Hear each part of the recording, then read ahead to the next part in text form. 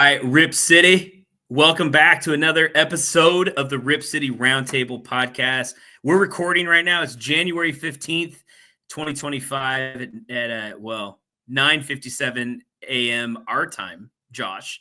I got Josh here. Blazers played last night, played the Brooklyn Nets in the battle for the sixth worst record in the NBA, and Josh, the Blazers won. We are now in the sixth spot, and instead of the Nets, the Nets got to work and made sure that they kept a better record than the Blazers. But I have Blazersedge's, I think, newest writer contributor. Is that true, Joshua? Josh, am I off on that? I think you are. Yeah, as far as I know, I'm the new guy, the new kid on the block, to make an 80s or 90s reference there. Love it. From I love it. My generation. So, yeah, I'm the new guy. So I love it. I have a passion for the Blazers, have for many years, and have a passion for writing at the same time. So I thought, I'm just going to put those two together and see where it takes me. Very cool. So, by the way, thank you, Corey, for letting me be on the show today. This is fantastic. I've been looking forward to talking with you for a long time. So this is great. Awesome, man. Yeah, it's been a ride getting to know a lot of the writers and contributors for Blazersedge. And so, when you announced that you were coming on in the Slack, I was like, okay, here we go. I got to get him on the show. So, so Josh, how we start? I mean, give us the backstory. Tell us about your life. Keep it somewhat short, and then maybe transition that or add in there kind of how you became assuming you're a Blazers fan, but you became somebody that followed the team.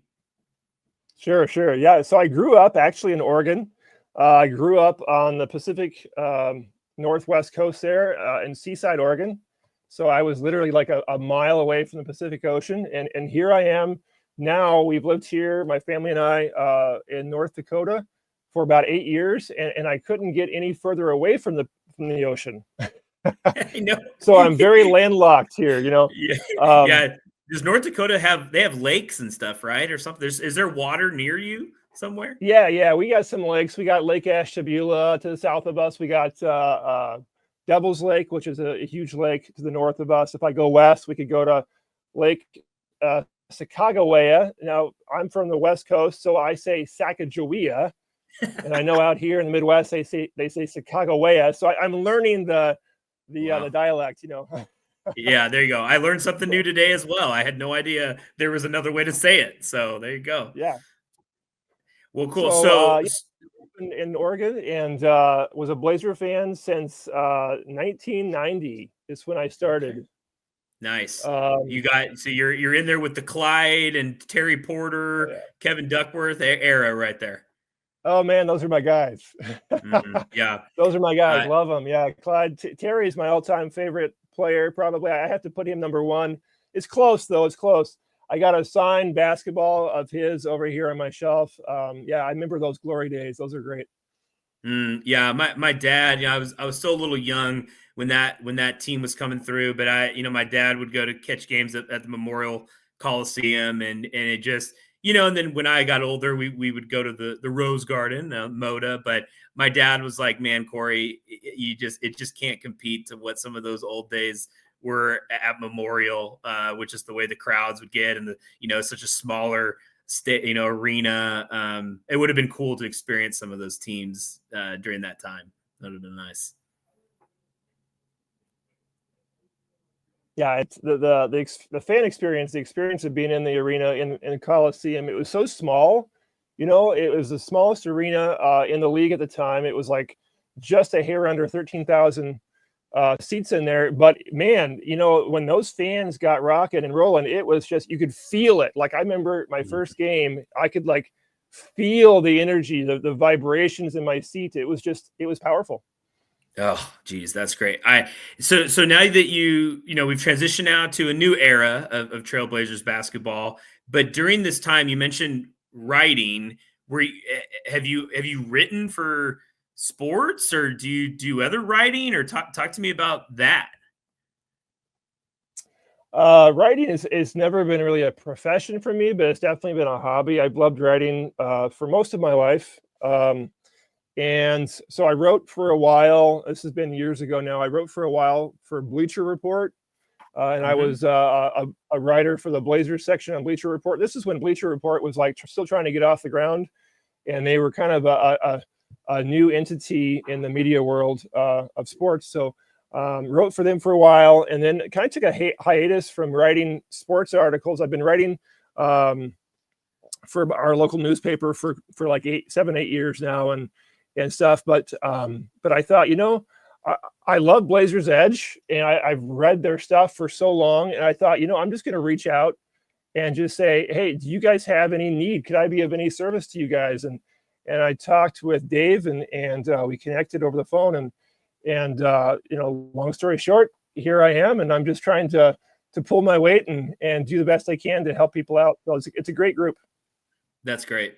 Yeah, I mean that's similar. I've said my story on here, but I was living in Salt Lake at the time, and this Blazersedge was like my connection to the team, and reading pieces by Dave and others was like how I was getting my intake of Blazers news, and it's such a benefit. You being in North Dakota, now I live in Texas, but people that don't live in the Portland area that can, I just think, more easily get content. It's such an outlet, a good one for Blazers fans. So I love that you're on board writing. Are you focusing on any certain like areas of the team, or are you kind of anything that you're feeling you can write on, or what are the parameters? Yeah, good question. I'm just trying to right now. I'm just a learner. I'm trying to learn from the guys and figure out their system and their routine, and just try to fill in where I'm able to. Try to maybe take some of the pressure off them a little bit, take some articles off of them, so that way they have a little more free time. And they're a hardworking crew, and they have a good system down. So right now, I'm just trying to learn the game, and help out wherever I can. Yeah. Well, very cool. Well, give me some sense of where you think the team is right now. As we stand or as we sit here, I think we're 13, and I know we have 13 wins. I'm trying to remember how many losses we have off the top of my head, but Yeah, 26 losses. 26 losses, 13 and 26. What are you seeing? You don't have to recreate the wheel on this, Josh, but what's kind of been your observation so far through 39 games? Yeah, thanks. We're in a rebuilding year, and we've been kind of rebuilding for a while now. So as a Blazers fan, it's always tough to go through a rebuild. But I've been through it now multiple times. I've kind of seen the ebb and the flow of the Blazers team when they're up and when they're down. And right now we're kind of going through a rebuild, but it's exciting too, because there's so many good prospects on the team for the future. I look at Donovan Clingan, and I love that guy. I just feel like, man, I look at him and I almost see like a young Rudy Gobert. Like, he gobbles up the boards. He is a defensive dynamo. This guy, I think, really has some great potential. Toumani Camara, man, I mean, he's proven to be incredible value, especially since he was kind of a throw-in on the Dame Lillard trade. And I don't think there's a high expectation for him, but he's coming in here and he's proven his worth. I mean, he's really carving out a niche on this team. And I just think that those two guys, among others, is just really giving us hope for a bright future. Yeah, completely agree. I, did the extended analysis last night after the Nets game, and you're always trying to find nuggets in these games that are like, okay, I kind of got in trouble from Dave that I wasn't staying in the games as much. I was trying to think long term in my analysis, and I had to jump. Okay, let's get back in what I'm watching here. And even though sometimes it's a little hard to do that in some of these games, but last night was like, it couldn't have been any better, because you have a Scoot game where he has a career high in points. It's an efficient game. So it wasn't just the fact he was chucking up 30 shots, like he scored efficiently. But Toumani, I feel like, took another jump last night. And again, it's easy for me to say that because I want to say that to be like, yeah, I saw it when it happened. But like, it offensively just looked different. And just the way he moves, I had this written down, Josh, and then I deleted it because I didn't know how to put it into words correctly. But there was a part in the game where you just watch Chris Murray come up the court, and he almost like runs like not like that he's in pain, but it doesn't look fluid. There's something I don't know how to describe it. He doesn't look fluid. And I'm doing the motion here. If you're listening on the podcast, I'm doing the.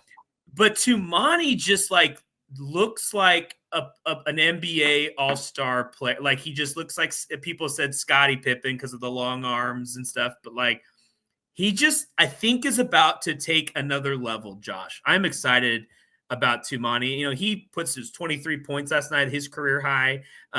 You know, not quite as efficient as Scoots was, but like he is showing glimpses, because that's always been, not say the knock, but like maybe where everyone's like, well, he's a good defender and he needs to hit the corner three. But last night, man, he's attacking the hoop, and I think there's flashes that he could be more of an all-around player. So I think he's been exciting. Who's been the one that's kind of stood out to you the most this season? Like one that you thought, oh, I kind of know who this player is, but now they're like, oh, this is different, maybe positive or negatively. Sure. That's a good question. You know, I see growth in a lot of different areas with these guys, and I think that's the stage we're in right now, is hoping to see growth in these players. Wow, but who stands out to me? Definitely Tumani stands out to me for sure as a guy who's really showing some growth. You know, Klingon, I had high hopes when he was drafted coming out of college. You know, he was a great defensive player and everything, and there were some question marks on his offensive game, but I think he's going to be okay. You know, I think he just needs some experience and some buckets and some you know, gain some more confidence on that end of the floor. But he's really kind of exceeding my expectations, especially on the defensive end. So those two guys for sure. Scoot last night, man, he had like 39 points. Yeah. I mean, I feel like last night kind of gave me a glimpse of what he's capable of.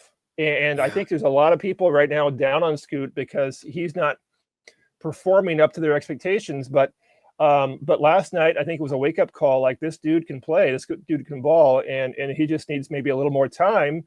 But I think it would be a mistake to give up on him too soon. I mean, this guy can play ball, and so we just need to be patient and see what he can do. He can do great things. Yeah.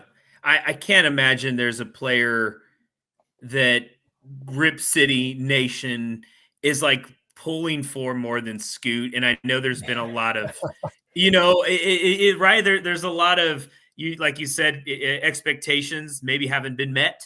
And so, you know, there's a lot of spotlight on him. There's criticism, but you could just feel it when he kept hitting those threes last night. You know, he starts 6 for 6, and it was just like, oh my gosh, is this happening? Is this happening? Like, everyone just wants it. And yeah. I mean, I hope this starts a string of these games, because in the past it's like, now, you know, the next game it typically would now score like 2 points going 1 for 7 or something. But we'll see if he can string this together, Josh. Man, that would be so cool to see him develop. And, you know, I don't want to give up yet, right? We can't give up on Scoot yet. It's too soon.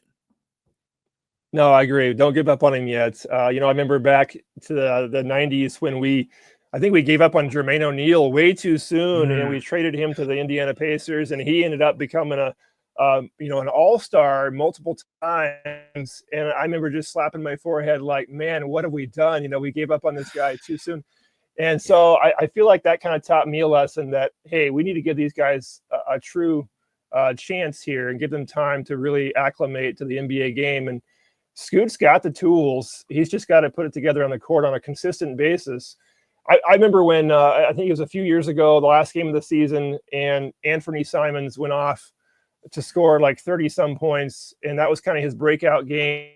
And it carried over to the next year. He really started to make strides forward. So I'm hoping that that's what happens with this game. Maybe this will be the moment that he kind of turns over a leaf and gets things going. Yeah, agreed.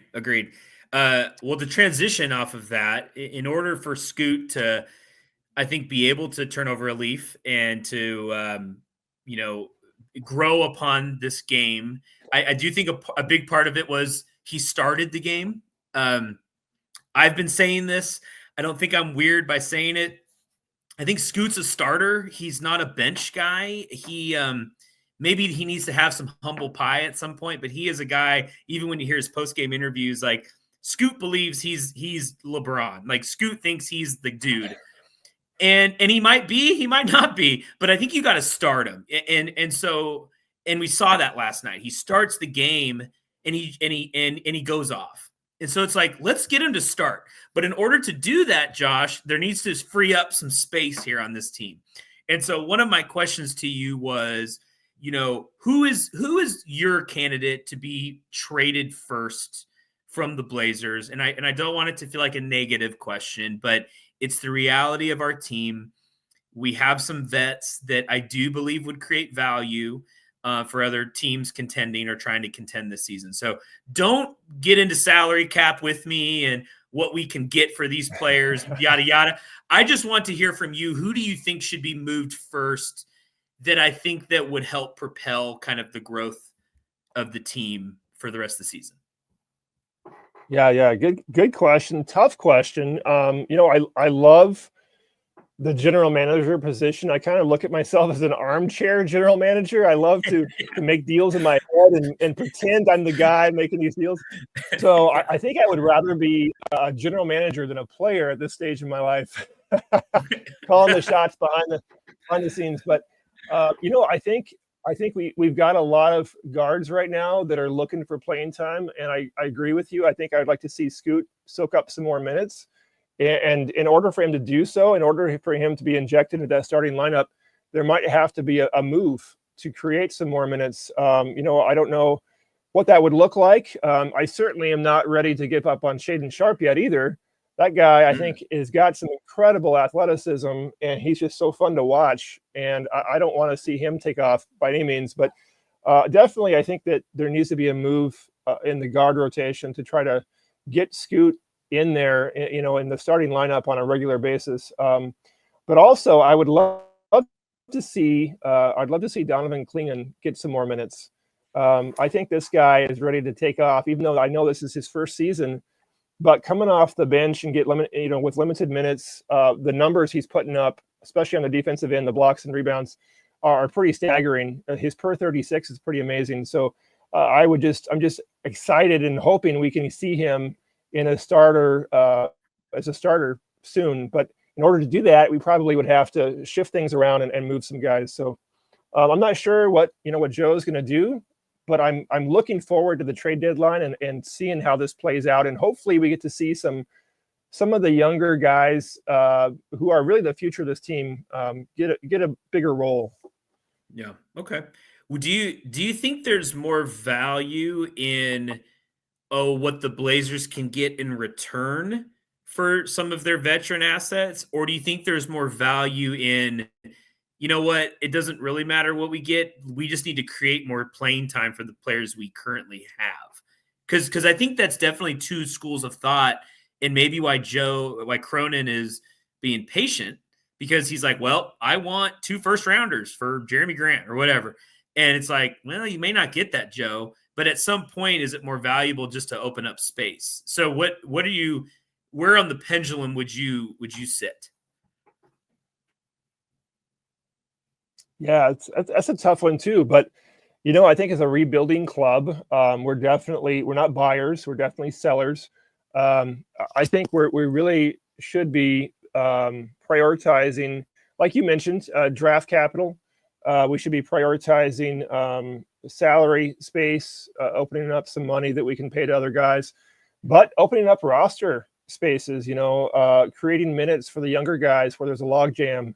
And so those 3 things, I think, is the real thing that we should be looking at in a trade, not necessarily bringing back veteran talent so much as just creating opportunities for the talent we have, and maybe opening up doors to bring future talent. We've never been real strong, the Blazers haven't, at drawing free agents. It just isn't really that kind of a market that is a draw for big name players. So typically in the past, historically, we've built our teams through the draft and maybe a trade here and there to kind of finalize things. But draft picks, get some cash flow, and then definitely create opportunity for more minutes for the young guys like Scoot, like maybe even Kamara, Donovan Klingon, those guys. So that would be my value if I was making a trade, and not so much getting back, a veteran talent per se, even though I know that's a necessary thing sometimes to satisfy the salary cap. So for sure. Yeah, I would say I think last season I was frustrated that Malcolm Brogdon was on the team the whole season.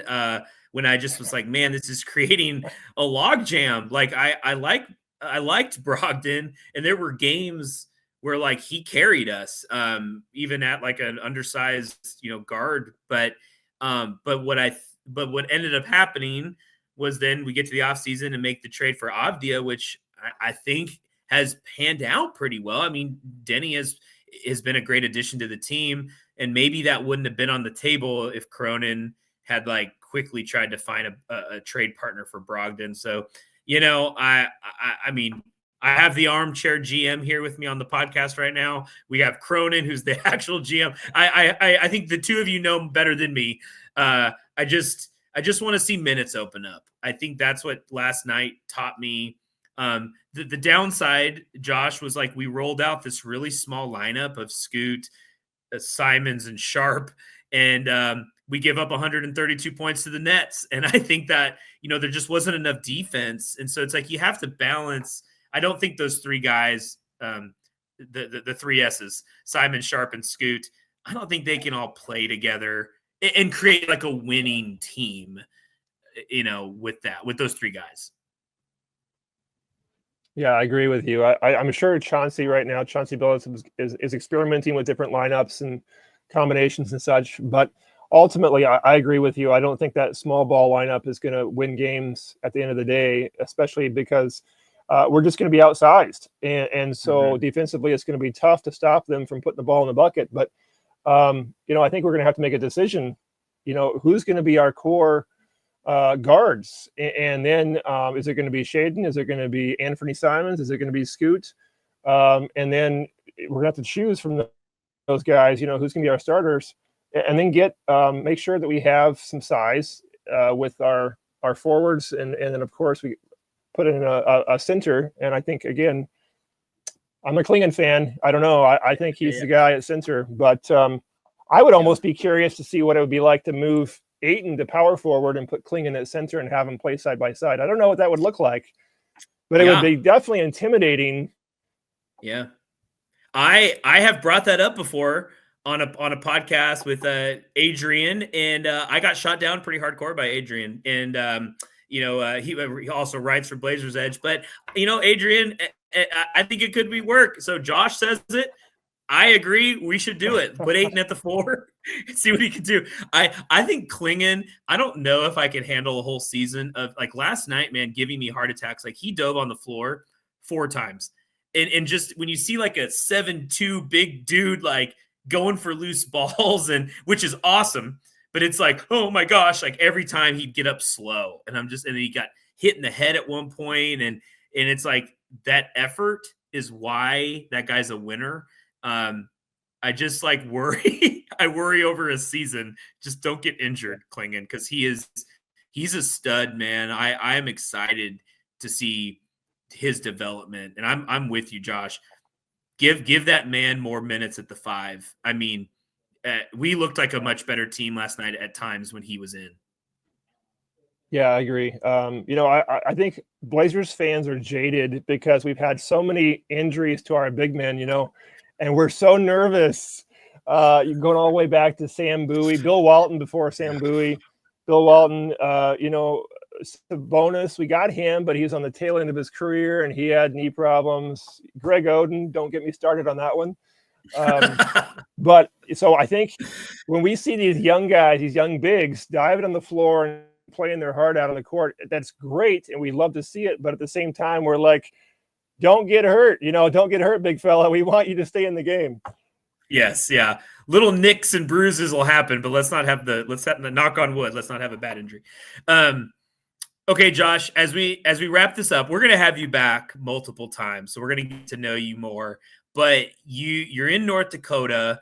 you're writing for some sports. You're covering some sports in your town. Is that what you said earlier? I'm only actually for sports. I'm only writing for Blazersedge. As Okay. far as sports go, I write. So I'm in pastoral ministry here in a small town in North Dakota, and so I write for our local paper, and Nice. it's a spiritual column, a faith column. So, but I do some writing here and there wherever I can. I just enjoy it. It's an outlet for me. So it's a real privilege to Yeah. be a part of the Blazers Edge team. Oh, very cool, Josh. Are you gonna write a book one day? Is that coming down the pike? Oh man, I don't know. I haven't started a book yet, so we'll see what happens. But I don't know. We'll see. I would have to carve out a lot more time to get that done. Yeah, yeah. When I was in college, there was a church I was going to, and our pastor would always end the Sunday sermons with like a like a little snippet, or like here's a thing for the week. And he'd been preaching a long time, and he always wanted to write that book of just those little things, not like a daily devotional, but like here's my little snippets over the last 20 years. And I think it would have been a good book. He hasn't done it, but I encourage him to. I think pastors have a lot of good wisdom and stories and things that it makes for a good book, Josh. So I encourage you, just start writing a Uh, page a day or something. Thank you for the encouraging words. You're right. You're right. It just got to start somewhere. Yeah, cool. Well, hey, I'm glad you're flying the Rip City flag, the Blazers logo in North Dakota. Keep it up. We got to be everywhere. I was happy to see you join the staff and the team here at Blazersedge, and we got obviously great articles. It's a good team right now. I've been with them. This is my second year, so it's not like I know a ton either. Been with them a long time, but I feel like it's a good crew right now. There's some good stuff coming out. So, do you have something you're working on? Is there any article or anything that we can be expecting soon? I had an article I put out yesterday. Just a little piece on Jamal Crawford, him taking that new position at NBC. To be an in-game analyst. So I just put that little blip out there. It's more just reporting than anything, just observe and report. So nothing big right now. I'm sure that something will be coming up soon. I try to get on there and get something in, published as often as I can. So just hope that the readers will just stay tuned and just keep reading and just enjoy Blazersedge just like I have. I'm just as much of a reader as I am a writer. I love their content. Yeah, it's good stuff.